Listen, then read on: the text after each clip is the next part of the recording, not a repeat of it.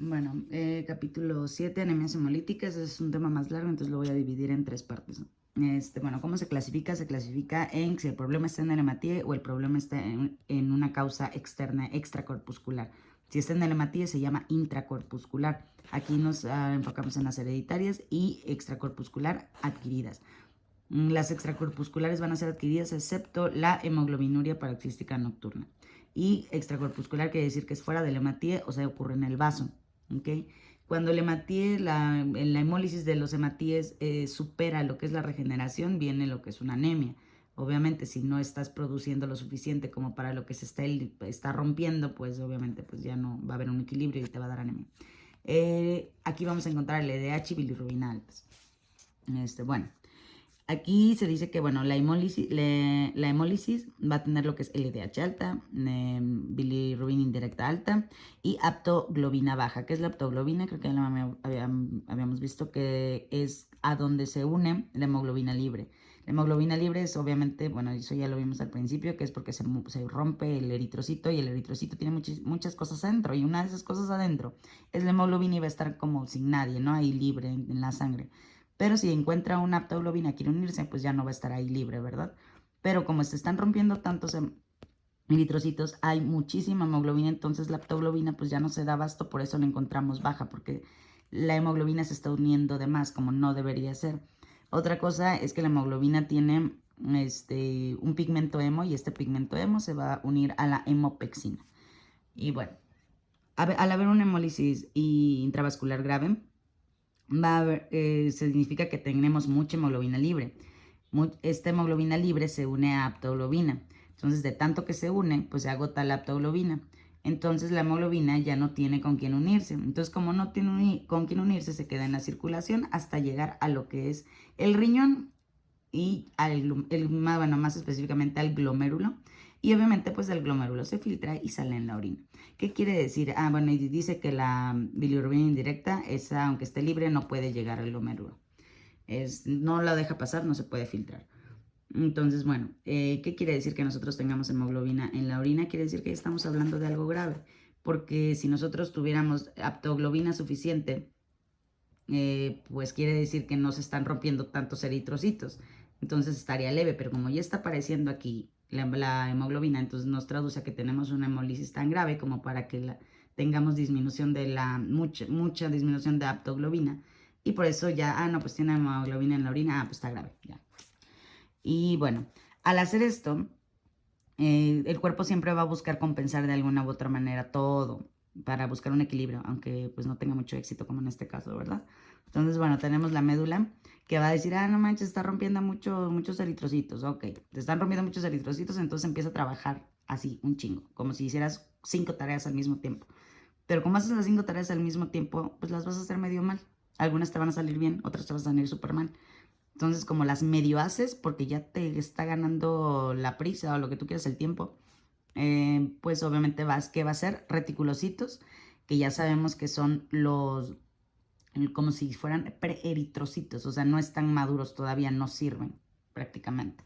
Entonces, ¿qué nos indican los reticulocitos? Que pues la médula está trabajando a niveles o a niveles como que no puede cubrir y entonces eso nos indica que hay algo mal, que algo está mal. Entonces la médula quiere compensar todo formando células sanguíneas rojas, pero como le gana el tiempo y son demasiado, pues los hace medio mal, o sea, hace reticulocitos y policromatófilos.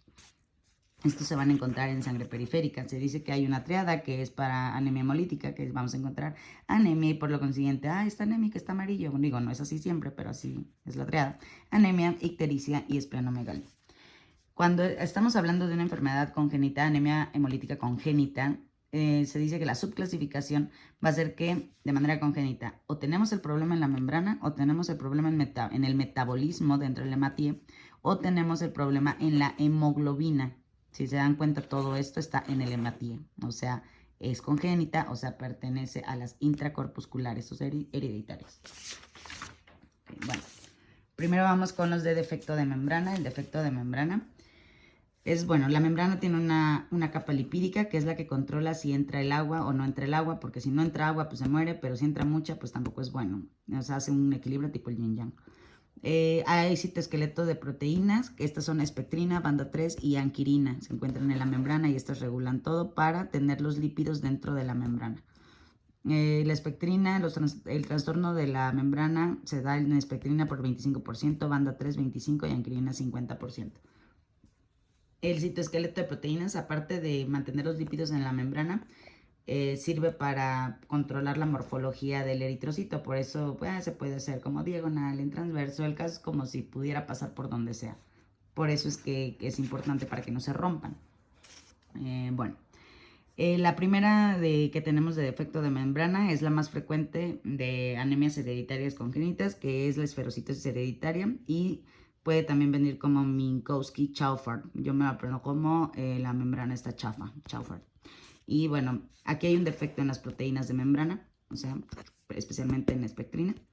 Y esto hace que, como hay un error en la membrana, los fosfolípidos no se puedan, aquí está bien anclado a la membrana y aquí está el fosfolípido mal anclado a la membrana, hace que los fosfolípidos no estén bien unidos a la membrana. ¿Qué va a pasar con esto? Va a haber un defecto en la membrana que va a hacer que el agua y el sodio pase como quiera.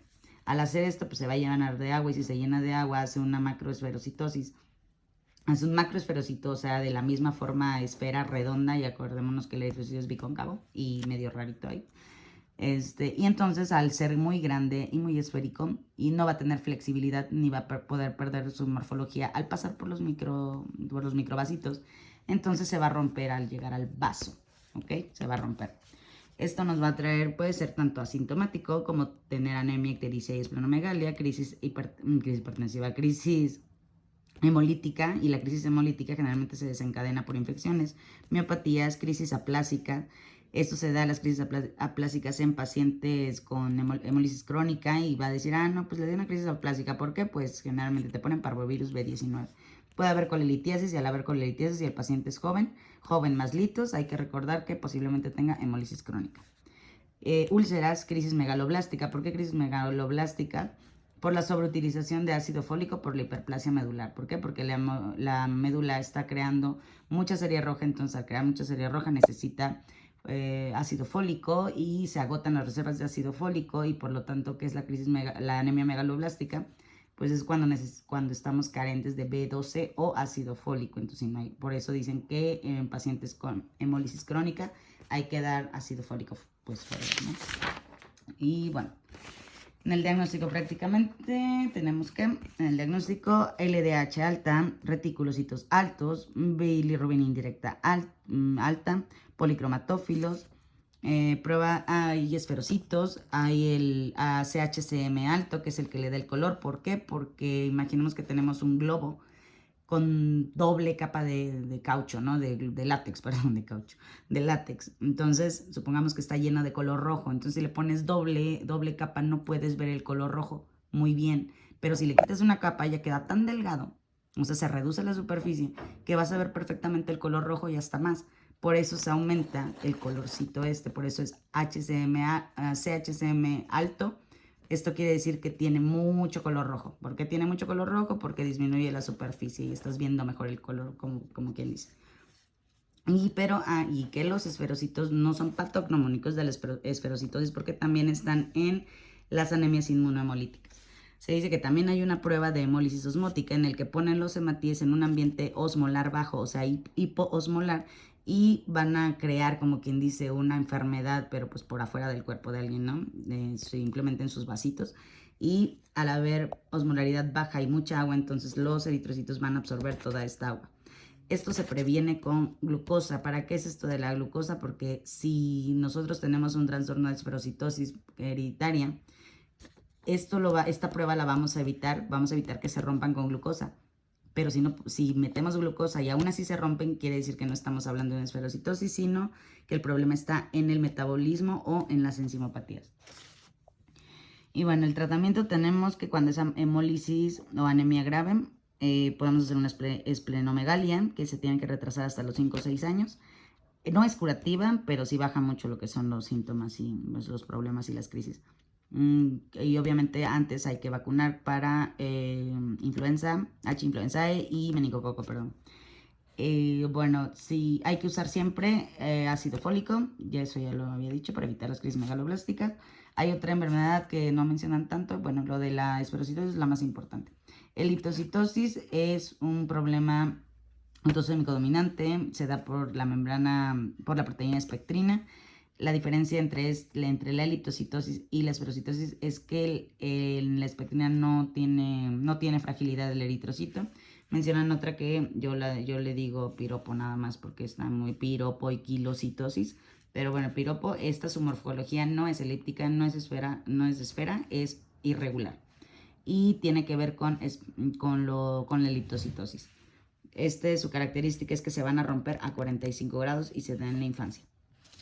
Y bueno, hay otra que es la estomatocitosis, que es también por espectrina, altera también la permeabilidad. Estas sí se rompen también al llegar al vaso. En esta vamos a encontrar el HCM bajo y vamos a tener una característica especial de estomatocitosis, es el RH0. ¿Okay? Y por último la serocitosis. Esta pues prácticamente es lo contrario de las primera y la tercera, porque esta no se llena de agua, al contrario, tiene una salida, hay una deshidratación del eritrocito de hematía, porque hay una salida en exceso de potasio y de agua, entonces el eritrocito se queda sin agua, hay una deshidratación del eritrocito y se da generalmente por traumatismo, por ejemplo en las personas nadadoras, son traumatismos repetidos.